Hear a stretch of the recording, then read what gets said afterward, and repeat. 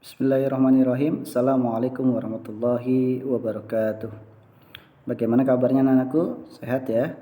Semoga anak-anakku bisa menjalankan aktivitas dengan baik dan lindungan Allah Subhanahu wa taala. Baik, alhamdulillah pada kesempatan kali ini kita akan melanjutkan pembelajaran kita yaitu tata cara puasa ya. Baik, sebelum kita mulai pembelajaran kita, mari alangkah baiknya kita mulai dengan baca basmalah. Bismillahirrahmanirrahim.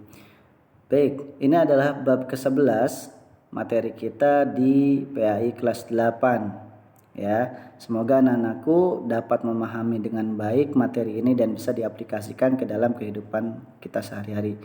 Bahkan tidak lama lagi kita akan menghadapi bulan suci Ramadan ya, yang mana bulan suci Ramadan merupakan bulan yang dinanti-nanti atau ditunggu-tunggu kita sebagai umat Islam. Baik, langsung saja kita mulai. Sebelum kita masuk ke dalam pelajaran kita yang baru, kita harus mengetahui esensi dari pembelajaran kita di SMP Al-Fawwas. Ya, apa esensi yang pertama adalah self leadership. Di sini akan diuji self leadership kita, kejujuran kita. Ya, karena puasa itu yang tahu hanya antara kita dan Allah. Bisa saja kita bohong dan sebagainya. Orang tidak tahu tapi Allah akan tahu. Disinilah lebih peran memimpin diri sendiri dalam menjalankan aktivitas sehari-hari. Lalu berikutnya gemar beribadah. Nah, dengan adanya ini kita lebih meningkatkan kualitas ibadah kita kepada Allah Subhanahu wa taala. Baik, itu adalah esensi yang berkaitan dengan pelajaran kita pada hari ini. Nah, pertanyaan besar, kenapa kita harus puasa? Ya, kenapa kita harus puasa? Ya, jawabannya ada di dalam surat Al-Baqarah, yaitu ya ayyuhalladzina amanu kutiba alaikumusiyam kama kutiba alal ladzina min qablikum la'allakum tattaqun. Ya, yang mana puasa ini sudah diwajibkan kepada kita, bahkan bukan kita saja tapi orang-orang terdahulu. Ya, orang-orang terdahulu ya, la'allakum tattaqun, agar kita bertakwa. Kepada siapa? Kepada Allah Subhanahu wa taala. Baik, kita langsung masuk. Pengertian, apa itu puasa? Nah, pengertian puasa. Puasa menurut bahasa adalah menahan atau meninggalkan diri dari sesuatu. Ya. Artinya kalau secara bahasa yaitu menahan atau meninggalkan diri dari sesuatu yang tidak baik.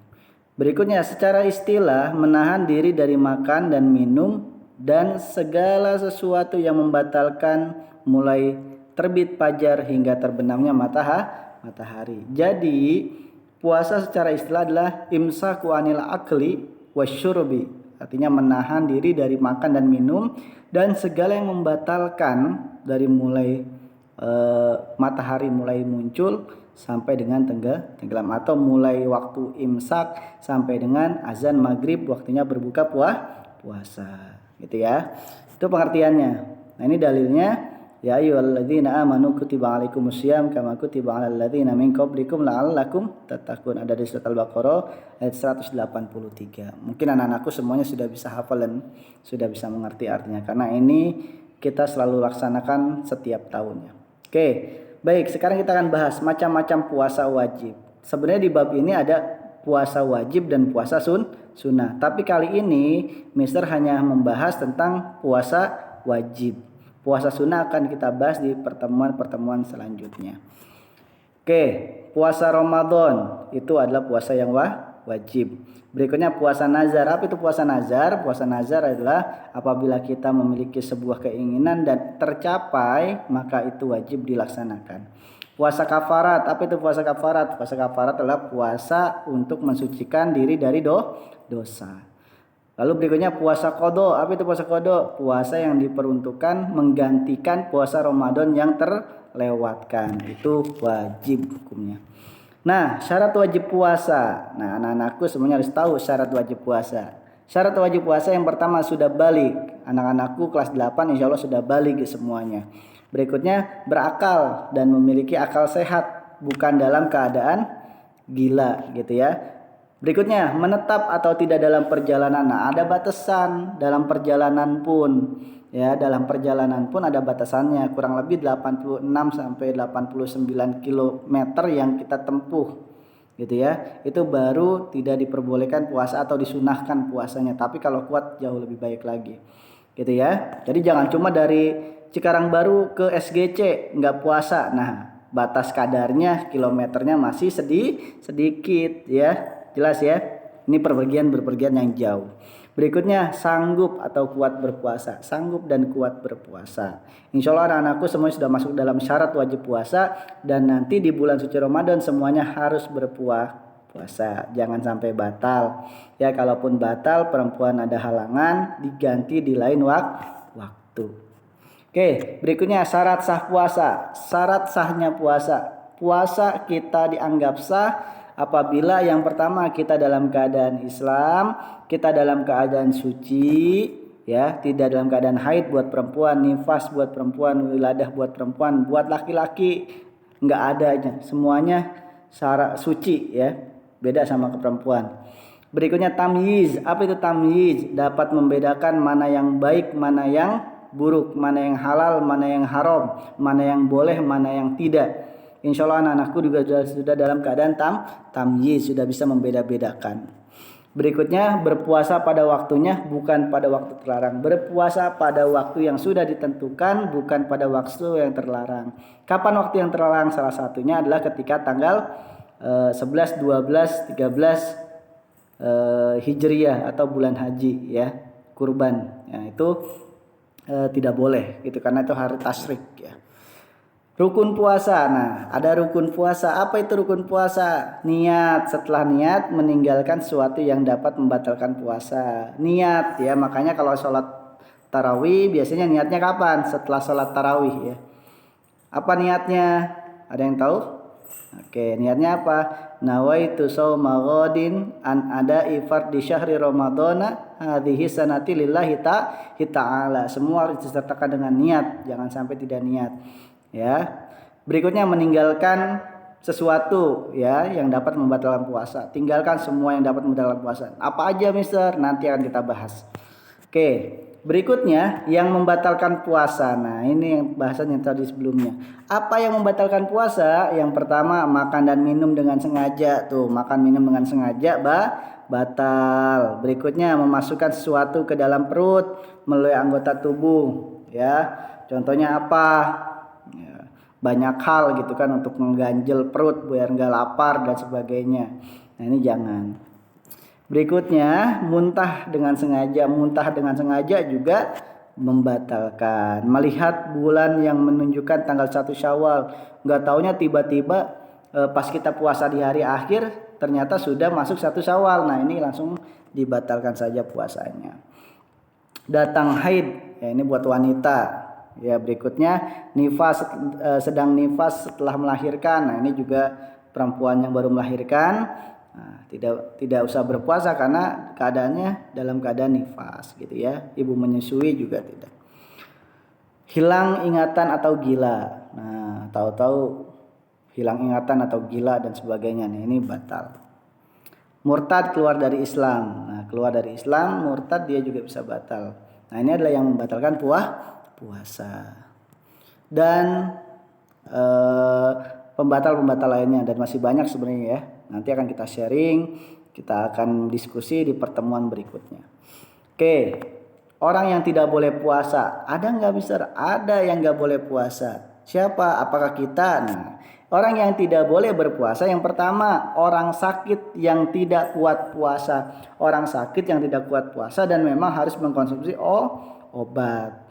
Gitu ya. Mister kalau puyeng dikit ya, kalau masih kuat ya sanggup puasa aja gitu ya. Dan sebagainya. Oke, berikutnya orang yang dalam perjalanan. Orang yang dalam perjalanan yang tadi Mister bahas, perjalanan yang ditempuh adalah perjalanan yang jauh, bukan perjalanan yang dekat, yang ada batas jarak kilometernya. Ya, berikutnya orang tua yang sudah lemah dan tidak kuat puasa. Nah, ini buat kakek nenek kita yang mungkin sudah renta, yang memang sudah tidak kuat gitu ya. Ini tidak boleh berpuasa atau enggak puasa juga enggak masalah.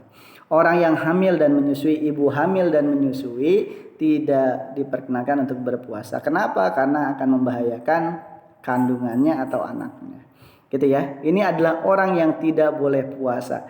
Gitu ya. Anak-anakku harus paham, harus ngerti. Jangan sampai sakit dikit, pusing dikit, batal dan sebagainya. Gitu ya. Nah, ini dihindari. Dan buat anak-anakku yang masih punya hutang puasa di bulan Ramadan kemarin, harus segera dibayar. Karena kurang lebih 50 hari lagi ya, kita akan menghadapi bulan suci Ramadan. Oke. Hal-hal yang harus dihindari. Nah, ini penting.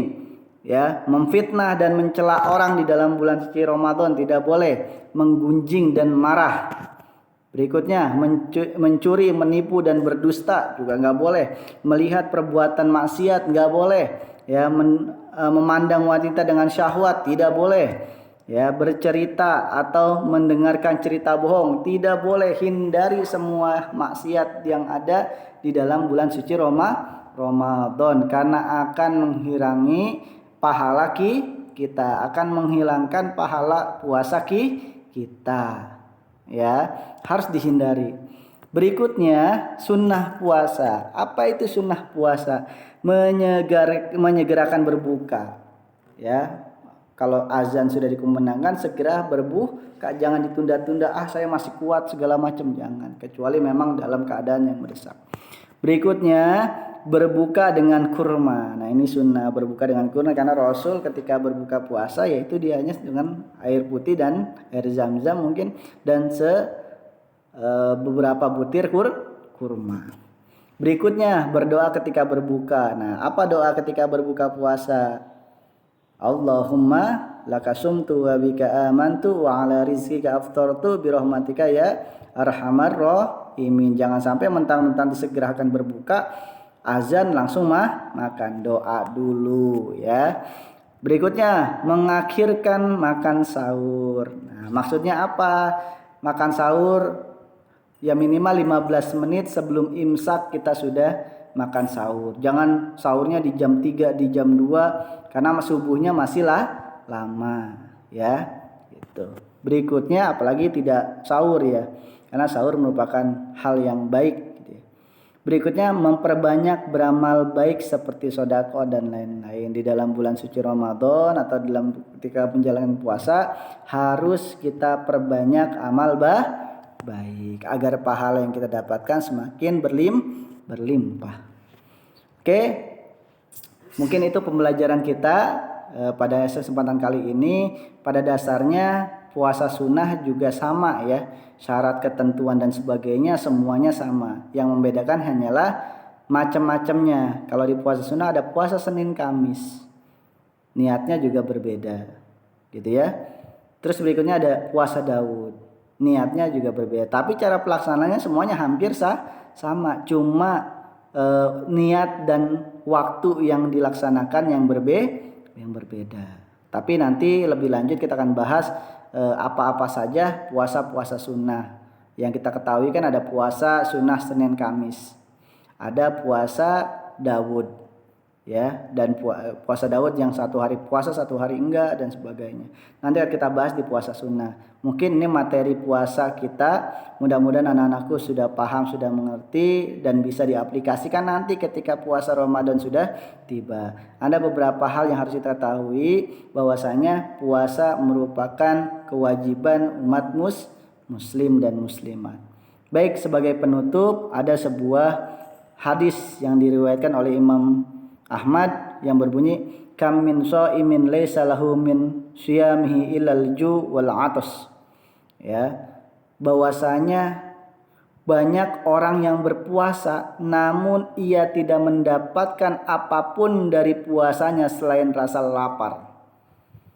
Kenapa seperti ini? Karena puasa yang dijalankan hanya sebatas menahan lapar dan haus, tidak menutup pandangannya, tidak melakukan kebaikan-kebaikan, bahkan jauh dari ketentuan-ketentuan puasa yang dianjurkan.